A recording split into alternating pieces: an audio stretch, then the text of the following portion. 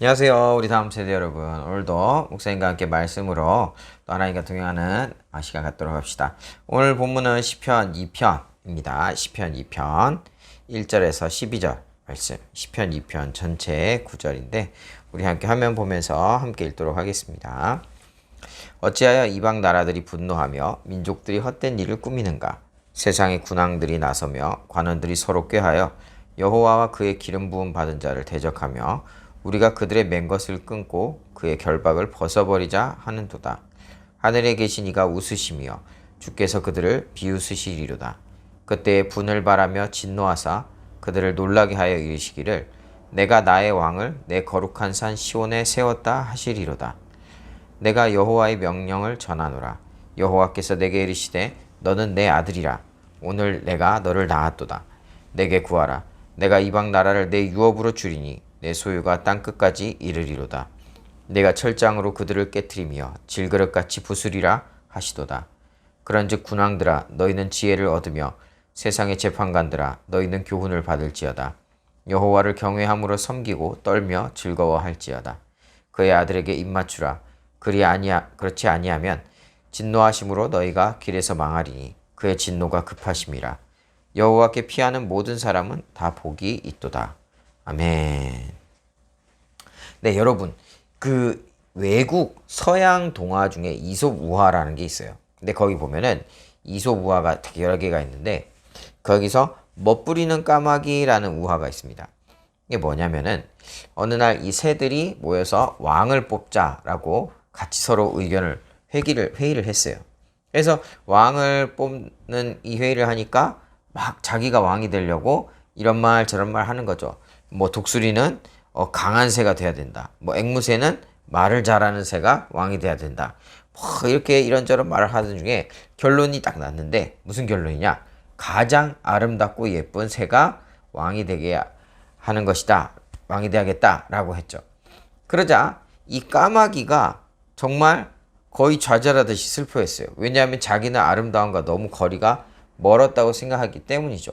온몸이 그냥 전부 다 시커머니까.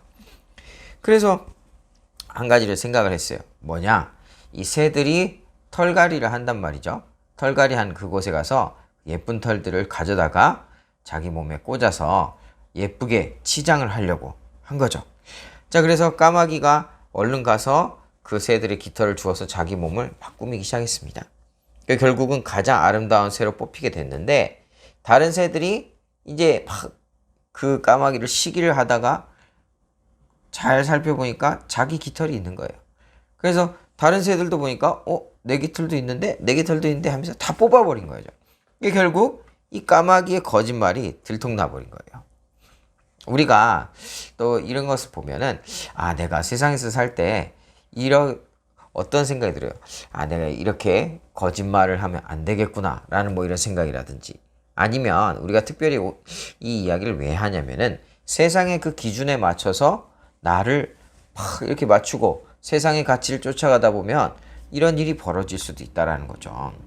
우리가 정말 예수 믿는 사람으로 우리 겉모습을 꾸미고 가꾸기만을 그것만을 집중하기보다는 우리가 진짜 나를 창조주이시고 구원해 주신 예수님을 보고 우리 내면도 함께 가꾸어가는 그런 삶을 살아야 된다라는 것이죠.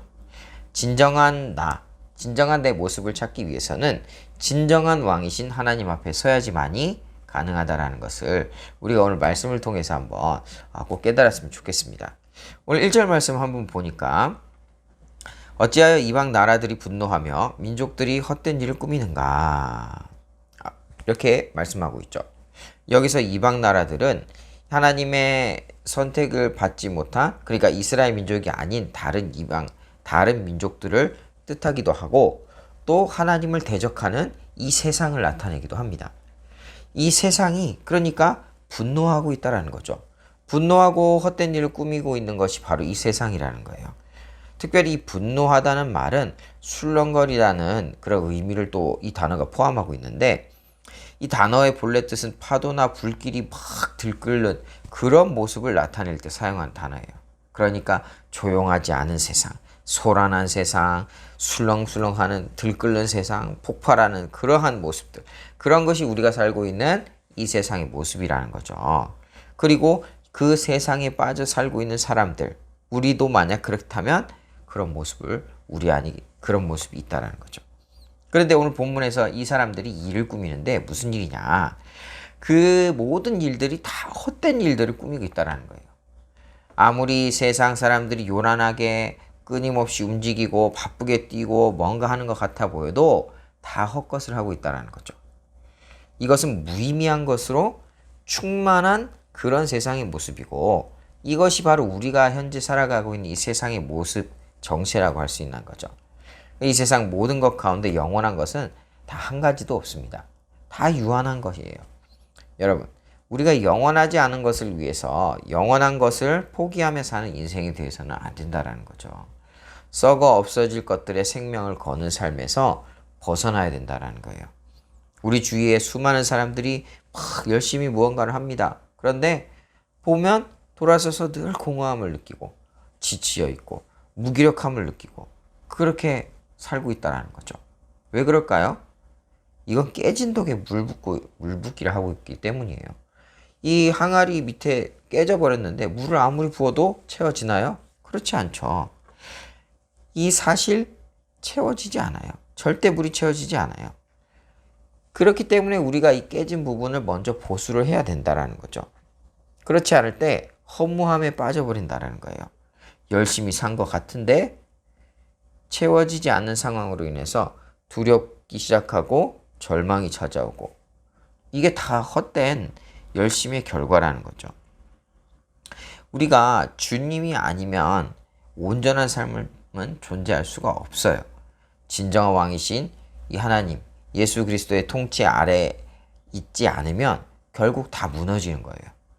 우리에게 열심히 하늘에 앉으신 하나님의 그러한 비웃음이 되지 않는 그런 인생이 되면 좋겠습니다. 우리가 하는 것들이 또한 주님의 이 진노를 바라는 그런 이유가 되지 않기를 바라요.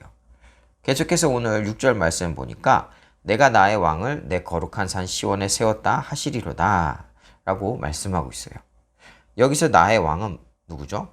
하나님의 기름 부음을 받은 자. 그러니까 표면적으로는 다윗 왕과 그 왕의 가문을 가리키고 궁극적으로는 그 가문을 혈통을 타고 오신 예수 그리스도를 말하는 것이죠. 하나님은 예수님을 이 땅에 보내셔서 왕으로 시온에 입성하게 하시는 거예요. 예수님은 하나님의 선택으로 세움받은 영원하신 진정한 왕이시죠. 하나님은 예수님을 왕으로 세우셨고 그 온 세상을 예수님께 그 소유로 주셨어요. 오직 모든 이름 위에 뛰어난 이름이 바로 예수 그리스도라는 거예요. 그런 왕이신 진정한 왕이신 예수님께 우리가 순종하는 것이 우리 역할이라는 거죠. 그렇지 않으면 부서지고 무너지게 되는 거예요. 물론 안타깝게도 세상은 포기하지 못하는 욕심, 내 힘으로 살려는 교만 때문에 진짜 왕을 알아보지 못합니다. 하지만 말씀을 아는 우리는 오직 주님을 나의 진정한 왕으로 섬겨야 하는 것이죠. 우리 영혼을 구원하실 진짜 왕은 오직 예수 그리스도 한 분이시라는 것을 우리가 기억해야 됩니다. 특히 11절 말씀에 보면 이 왕을 섬기는 모습에 대해 이야기하고 있어요. 11절 여호와를 경외함으로 섬기고 떨며 즐거워할지어다. 여기 보니까 첫째는 떠는 것이죠. 두 번째는 즐거워하는 것입니다. 이 두 가지 모습은 사실 좀 어울리지 않죠. 상반된 것 같죠. 하지만 하나님을 경외하는 사람에게는 이 두 가지 모습이 다 있어야 된다는 거예요. 하나님을 인해서 떨며 두려워할 줄도 알아야 되고 하나님을 친밀하게 여기되 가볍게 여겨서는 안 된다라는 거죠. 그런 상태에서 우리가 하나님의 사랑으로 인해서 기쁨을 누릴 수 있어야 한다라는 거예요. 하나님을 경외하되 두려워할 줄 알고 항상 기뻐하고 즐거워할 줄 아는 것. 이것이 바로 하나님을 섬기는 올바른 태도라는 거죠. 사랑하는 우리 다음 세대 여러분. 만왕의 왕이신 예수님은 하나님의 소중한 아들이십니다. 또 아들이신 예수님을 따르는 우리 또한 하나님의 자녀이죠. 자녀된 우리가 모든 순간순간마다 왕이신 예수님 앞에 우리의 모든 것을, 생각들, 우리가 모든 것을 다 내려놓고 온전히 그분만 따라가기를 바랍니다. 그렇게 이 말씀처럼 하나님을 온전히 섬길 때, 예수님을 온전히 섬길 때 그 안에서 풍성한 기쁨을 누리는 우리 다음 세대 여러분들 다 되시기를 예수님의 이름으로 축복합니다. 네, 오늘 말씀은 여기까지입니다. 우리 함께 기도하고 또 내일 말씀 시간에 함께 만나도록 하겠습니다. 사랑과 은혜가 많으신 주님 감사를 드립니다. 오늘 말씀을 통해서 정말 예수님만이 진정한 왕이시라는 것을 다시금 생각하게 됩니다. 우리가 이 세상의 것들, 이 세상의 가치를 쫓아다니다가 정말 헛된 일이 되는 것이 아니라 정말 영원한 가치인 예수님을 쫓는 그런 삶이 되게 하시고 하나님 안에 거하며 늘 풍성한 기쁨을 누리는 우리 다음 세대들 다 될 수 있도록 도와주세요. 오늘도 함께 하실 주님께 감사를 드리며 예수님의 이름으로 기도드립니다. 아멘.